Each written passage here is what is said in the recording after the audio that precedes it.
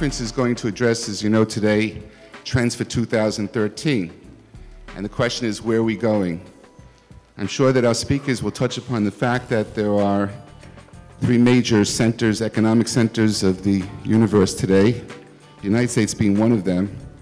And in that area, even though there was an election, re-election of the United States president, it's not certain that he alone will control the fate of the US economy.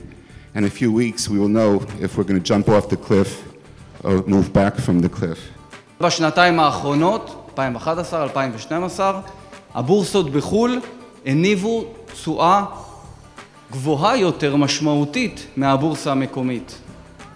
בשלוש שנים האחרונות, מדד ה-S&P 500 הניב תשואה של כמעט פי 4 מתל אביב 100. המדד העולמי, ה-MSCI, הניב תשואה של פי 2 מתל אביב 100. So what can we do if we want getting some returns in this environment? Well, first of all, we need to think that people, as trends are collapsed, need to think about some absolute return perspective. Your clients, our clients, they don't really want to deal with just a benchmark, because benchmark now is not a guarantee of positive return. If you have a business where you're selling products to the European consumer, but it is not especially value for money, you have all legacy systems, legacy costs, it is going to be tough.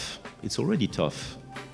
Amazon.com and its kindred spirits have been building distribution centers all around the country so that they can deliver merchandise to their customers the very next day. What has that done to the retail market? Electronic stores.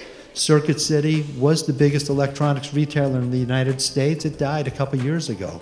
Best Buy is challenged. The bookstores have been crushed by Amazon. Borders is gone. Barnes & Noble is reinventing itself. It's happening in other classes as well. If you look at the trend rate of earnings growth for Europe over the last 32 years, it is almost exactly in line with the US. In other words, US equities are perceived to be faster growing than European equities, but actually they're not. Both markets, the US and Europe, have a trend earnings growth rate of about 7%. The question was, do we take into account political instability when we're making bond purchases? And the answer is, yes, of course we do. The net foreign assets is an important component of our analysis, but it's not the only component. There's a whole load of other metrics and analysis which goes into our bond purchases. And of course, the political considerations are a part of that analysis. אם אני חשבתי שהבורסה שיהיה הצלחה כלכלית גדולה, מקרו יצליח, קניתי מניות עם בטא גדול, בטא 2, בטא 3, בתקווה להרוויח הרבה כסף. אם צדקתי, אכן המניות שלי יעלו. אבל אם פספסתי, אני אהיה בתחתית.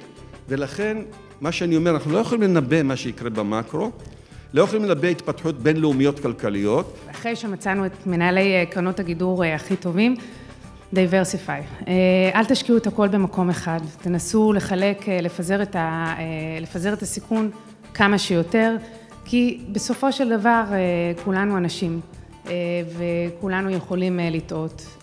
אז חשוב מאוד לפזר את הכספים. הזמן להתכונן למשבר זה לא באמצע משבר, אלא לפני זה לדאוג למשק חזק, משק יציב, משק שיכול להתמודד עם הבעיות, וכל הגורמים פה הצליחו, גם כמובן בראש ובראשונה הסקטור העסקי, התעשייה הישראלית, היצואנים, גם המדיניות הפיסקלית הייתה מאוד מאוד אחראית. מקבלים נתונים שאנחנו הולכים לקראת האטה גלובלית.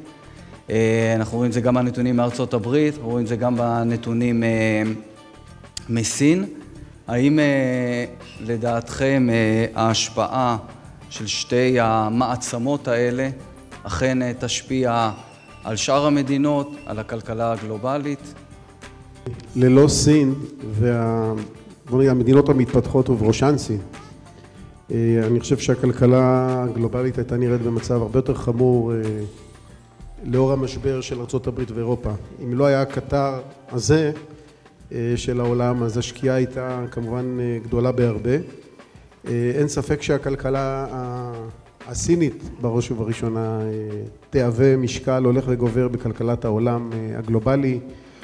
אם אני צריך להגיד איפה יש חששות לצמיחה העולמית, הייתי אומר, אירופה עדיין היא הסיכון הגדול, סין אחריה וארצות הברית, אני לפחות מרגיש קצת יותר בטוח לגבי זה. אני מסתכל על הכלכלה האמריקאית בשלוש שנים האחרונות ככלכלה מסוממת. זאת אומרת, כלכלה שקיבלה הזרקות אגרסיביות של גם הדפסת כסף מסיבית וגם גירעון תקציבי אדיר שתרמו בשיא המשבר ללא ספק, אבל זה סימום שצריך להיגמל ממנו. זה לא קל, אבל זה דבר מחויב. צריך לשמור מרווח סבירות לאפשרות שגוש האירו יתפרק, אבל אני בהחלט גם בעניין הזה אופטימי, במובן הזה שהאינטרס העליון של גרמניה, ואני לא אכנס עכשיו לניתוח למה, זה לא רק לשמר את גוש האירו ולא לתת לו להתפרק, למרות שהנטל היום הוא על הגרמנים, הנטל החילוץ, הפגיעה בגרמניה במקרה של פירוק גוש האירו תהיה לאין ארוך הרבה יותר כבדה ממה שהמצב הוא כיום. וגרמניה תעשה את הכל לא רק לשמר את גוש האירו, אלא לחזק אותו מכיוון של איחוד מוניטרי לכיוון של איחוד פיסקלי, ואם רוצים להרחיק לכת מבט של עשרות שנים קדימה, אז איחוד פוליטי מעין ארצות הברית של אירופה בהנהגתה הכלכלית של גרמניה. ברצוני להודות לכולכם על שפיניתם כמה שעות מיומכם העמוס. מקווה כי נהניתם, השכלתם, החכמתם. ושוב תודה רבה לכל אורחינו מחול שהגיעו לפה להרצות בפנינו.